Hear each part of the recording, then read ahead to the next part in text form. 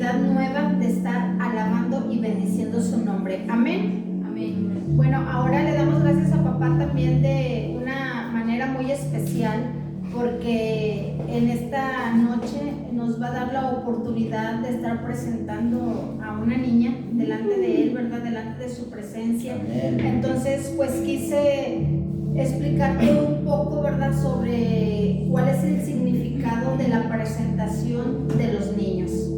Entonces nos vamos a Levítico en el capítulo 12 para más o menos que tengamos una idea de cuál era la costumbre que el pueblo de Israel tenía respecto a esto, cuáles eran los mandamientos que Dios les había entregado al pueblo y qué era lo que ellos tenían que hacer, ¿verdad?, cuando nacía, ya fuera un niño o una niña.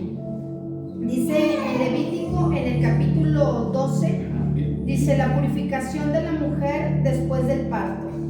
Habló Jehová a Moisés diciendo: habla a los hijos de Israel y diles: la mujer cuando conciba y dé a luz varón será inmunda 7 días, conforme a los días de su menstruación será inmunda, y al 8º día se circuncidará al niño. Mas ella permanecerá 33 días purificándose de su sangre, ninguna cosa santa tocará, ni vendrá al santuario hasta cuando sean cumplidos los días de su purificación. Y si diere a luz hija, será inmunda 2 semanas, conforme a su separación, y 66 días estará purificándose de su sangre. Cuando los días de su purificación fueren cumplidos por hijo o por hija, traerá un cordero de 1 año para holocausto y un palomino o una tórtola para expiación a la puerta del tabernáculo de reunión al sacerdote, y él los ofrecerá delante de Jehová y hará expiación por ella, y será impía del flujo de su sangre. Esta es la ley para que diere a luz hijo o hija. Y si no tiene lo suficiente para un cordero, tomará entonces 2 tórtolas o 2 palominos, uno para holocausto y otro para la expiación, y el sacerdote hará expiación por ella y será limpia. Entonces, esto es lo que dice la ley. Esto era respecto a la ley, al mandamiento que Dios había indicado al pueblo de Israel. Entonces, aquí cuando vemos que la mujer tenía que guardarse ciertos días, si era un varón, aquí se está cumpliendo como hasta en nuestros tiempos y hasta el día de hoy podemos decir esa cuarentena que la mujer guarda después de un parto. Habla que en el caso de las mujeres tenía que esperarse más tiempo. Aquí no quiere decir que Jehová estuviera haciendo diferencia entre un niño o una niña, sino que la niña necesitaba como más cuidado, como que consideraban que la niña era un poco más delicada, tenía que tener un trato más especial, de estar más apegada como que con la mamá, y por eso era que la ley decía ciertos días cuando era un varón y ciertos días cuando era una niña. Entonces esto lo tomamos como una parte, ¿verdad?, de cómo el Señor hablaba al pueblo de Israel refiriéndose al nacimiento de los niños. Tenían que ser presentados. Aquí la palabra no nos enseña que un niño tenga que ser bautizado. No vemos ningún versículo bíblico en toda la Biblia, en el Antiguo Pacto y en el Nuevo Pacto, que la palabra nos esté hablando referente a que los niños tengan que ser bautizados. Solamente se refiere a las personas adultas que ya estamos conscientes de lo bueno, de lo malo, y reconocemos que necesitamos a Dios y que necesitamos arrepentirnos, lo cual un bebé, un niño, una niña recién nacida de meses no está consciente de nada, por lo cual ellos no pueden arrepentirse. Entonces aquí también nos podemos dar cuenta, ¿verdad?, cómo era el trato que Jehová tenía acerca de los niños en el Antiguo Pacto. Entonces esto lo podemos tomar, ¿verdad?, como una referencia. Vamos a buscar también en Lucas, en el capítulo 2. Me gustaría mencionarte también esta cita. Aquí dice, habla sobre el nacimiento de Jesús, y dice del 12 en adelante, dice: aconteció en aquellos días que se promulgó un edicto de parte de Augusto César que todo el mundo fuese empadronado. Dice, este primer censo se hizo siendo, a ver, permítame tantito, se me hace que me estoy retrasando unos versículos. 21, sí, me equivoqué. Es en Lucas, en el capítulo 2, en el versículo 21 en adelante. Ahí habla de la presentación de Jesús en el templo. Dice, cumplidos los 8 días para circuncidar al niño, le pusieron por nombre Jesús, el cual había sido puesto por el ángel antes que fuese concebido. Cuando se cumplieron los días de la purificación de ellos, conforme a la ley de Moisés, le trajeron a Jerusalén para presentarle al Señor. Como está escrito en la ley del Señor, todo varón que abriere la matriz será llamado santo del Señor, y para ofrecer conforme a lo que se dice en la ley del Señor, un par de tórtolas o 2 palominos. Y he aquí, había en Jerusalén un hombre llamado Simeón, y este hombre justo y piadoso esperaba la consolación de Israel, y el Espíritu Santo estaba sobre él. Entonces aquí te explica, más adelante tú puedes seguir leyendo estas citas, y te explica qué fue lo que el Señor le reveló a esta persona acerca de Jesús, acerca de su nacimiento. ¿Quién iba a ser Jesús? Que él iba a ser el rey, que él iba a ser el Mesías, el escogido por el Señor. Pero aquí podemos tomar como referencia que los papás de Jesús hicieron conforme a lo que la ley les pedía. Ir al templo, presentar al niño, y vemos que Jesús fue presentado también como todos los niños judíos, como todos los niños hebreos, porque era una costumbre que el pueblo tenía. Ahora bien, en el caso nuestro, cuando nace el niño o la niña, también tenemos por costumbre traerlos a la presencia del Señor y presentarlos, ¿verdad? Tomando como ejemplo lo que el pueblo del Señor hacía en ese entonces, en la antigüedad. Ahora nosotros no estamos bajo ninguna ley, ni tenemos que venir a presentar ningún animalito para sacrificio, para holocausto, ¿verdad? Pero lo hacemos porque cuando Jesús estaba en la tierra y él andaba predicando de un lugar a otro, así como había mucha gente que se interesaba por ir con Jesús, por buscarle, porque muchos de ellos se encontraban, la mayoría quizás enfermos físicamente. Entonces ellos lo buscaban para ser sanado, para que Jesús pusiera sus manos sobre ellos y declarara la sanidad y ellos pudieran ser limpios. Pero la palabra también nos dice en el Evangelio de Marcos, dice que también las mamás o los padres de familia también estaban interesados en llevar a sus hijos con Jesús. La palabra nos dice que Jesús iba de una región a otra, de un lugar a otro, y ellos tenían que caminar en ese tiempo pues kilómetros para poder llegar a donde estaba el Mesías, para poder encontrarse con él. Entonces a los papás no les importaba también, claro, si alguno de sus niños también estaba enfermo, pues de igual manera, ¿verdad? Iban con esa idea, con esa fe que tenían en Jesús de que él podía sanarlos, ¿verdad?, de cualquier enfermedad. Pero aquí la palabra nos enseña que los papás buscaban a Jesús y llevaban a sus hijos porque querían que Jesús los declarara una bendición sobre ellos también. Entonces ellos reconocían qué importante era llevar a los niños con Jesús, que Jesús los tocara, que Jesús orara por ellos.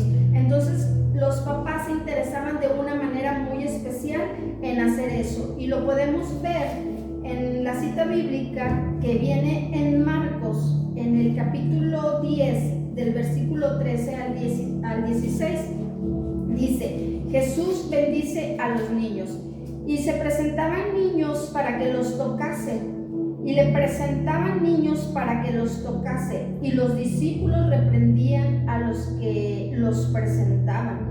Viéndole Jesús se indignó y les dijo: dejad a los niños venir a mí, y no se los impidáis, porque de los tales es el reino de Dios. De cierto os digo que el que no reciba el reino de Dios como un niño no entrará en él. Y tomándolos en los brazos, poniendo las manos sobre ellos, los bendecía. Entonces vemos cómo en este pasaje bíblico nos muestra, ¿verdad?, que había muchos niños, así como había mucha gente adulta que tenían muchas necesidades, que buscaban a Jesús por diversas necesidades, también los papás llevaban a los niños. Y como es muy común, los niños a veces andan jugando, a veces se andan peleando, andan gritando, andan riéndose, andan jugando, ¿verdad? Hablando de unos niños ya un poco más grandecitos, aún siendo bebé, lloran o hacen un poco de escándalo. Entonces los discípulos, ¿verdad?, al ver esto, ellos se enojaban. Y supongo yo, ¿verdad?, que ellos podrían pensar: qué imprudentes estos señores, qué imprudentes estas señoras, ¿por qué traen aquí a los niños? Y en lugar de que exista un orden, de que haya un control, entonces estos niños están haciendo mucho desorden. Y ellos sin duda se enojaban con aquellos padres de familia que llevaban a sus hijos, ¿verdad? Los reprendían, querían que se quitaran de ahí, que hicieran a los niños a un lado, que los niños no estuvieran estorbando. Pero vemos cómo Jesús se indigna por lo que ellos están haciendo. Jesús se molesta y les aclara: no hagan esto, no impidan que los niños se acerquen hacia mí. Y dice que los papás se preocupaban por acercar a sus hijos, porque solamente ellos querían que pusiera también sus manos sobre ellos y que pudiera orar. Entonces imagina tú la fe de esos padres de familia, ¿verdad? Que aunque sus niños estuvieran sanos, que aunque sus niños estuvieran ahí jugando, haciendo cierto alboroto, ¿verdad?, los padres caminaban también largas distancias y ellos pensaban: si Jesús toca a mi niño, si Jesús bendice a mi niño, de seguro la vida de ellos va a ser diferente. De seguro ellos van a ser prosperados, de seguro a ellos les va a ir bien en el camino. Entonces vemos cómo es la preocupación de aquellos papás, ¿verdad?, que se preocupan por el área espiritual de sus hijos. Ahora, aquí la palabra nos está enseñando que José y María llevaron al niño Jesús a presentarlo al templo, como era la costumbre, como Dios lo había establecido así en la ley. Entonces aquí estamos viendo que es una responsabilidad que los padres, ¿verdad?, tenemos cuando están nuestros hijos pequeños, que están apenas creciendo en ese desarrollo. Aquí dice que eran los padres. Dios pedía que los padres fueran al templo, llevaran a sus hijos y los presentaran ofrendas especiales cuando ellos hicieran esto. Entonces vemos que la responsabilidad es de los papás. Aquí no dice que la tía lleve a su sobrino, ni dice tampoco, ¿verdad?, que la abuela lleve a sus nietos, sino que aquí Dios está diciendo que es una responsabilidad de los padres. Entonces, así como el papá y la mamá se preocupan por darle al niño o a la niña una educación secular, una educación especial, que esos niños se estén preparando, que esos niños tengan una carrera, que esos niños sean preparados en diversas cosas. Entonces, lo más importante es que los padres se preocupen por acercar a los niños a Jesús, por llevar a los niños a la presencia de Jesús. Entonces, aquí vemos tres cosas que son importantes, que los papás reconocían por qué ellos llevaban a presentar a los niños. Entonces, uno de los puntos es que los padres reconocen que los hijos son un regalo de Dios. Entonces, por ese agradecimiento, ellos los presentan delante de Dios porque están agradecidos por ese regalo que Dios ha hecho en sus vidas. Como podemos darnos cuenta que quizás hay mujeres, ¿verdad?, que por el momento no hayan tenido en ese matrimonio la bendición de tener un hijo, pero también vemos cómo la palabra de Dios nos habla de mujeres que eran estériles y no podían tener un hijo, como por ejemplo como Sara, la esposa de Abraham, ella no podía tener hijos, como Rebeca, la esposa de Isaac, ella no podía tener hijos, como Ana tampoco podía tener hijos. pero la Biblia nos dice que cuando ellos lo pusieron en oración y ellos pidieron a Dios que les mandara un hijo, que les diera la bendición de ser papás, vemos cómo Dios les dio esa bendición y les dio ese regalo para que ellos pudieran concebir. Ahora, el segundo motivo es que tú vienes a presentar, o los padres vienen a presentar a sus hijos porque quieren una bendición especial del Señor. Saben que Dios los va a bendecir, que es una bendición que se está declarando sobre la vida de los niños y que esa bendición les va a ayudar en todo su camino, como dice la palabra de Dios, en toda su carrera, en todo lo que el niño o la niña, conforme van creciendo, conforme las etapas de su vida, es muy bueno que la bendición de Dios esté declarada sobre ellos. Es una cobertura, es algo especial que el niño o la niña van a tener porque proviene de Dios. Al presentar a un hijo, los papás se están comprometiendo con Dios. Es un compromiso que los padres hacen delante de Dios, de enseñarles y de guiarlos en el camino de papá. Podemos decir, tenemos la obligación como padres, que desde que nuestros hijos están pequeños, empezarles a enseñar, empezarles a hablar de quién es Dios, de acuerdo a cómo ellos vayan creciendo, de acuerdo a su edad.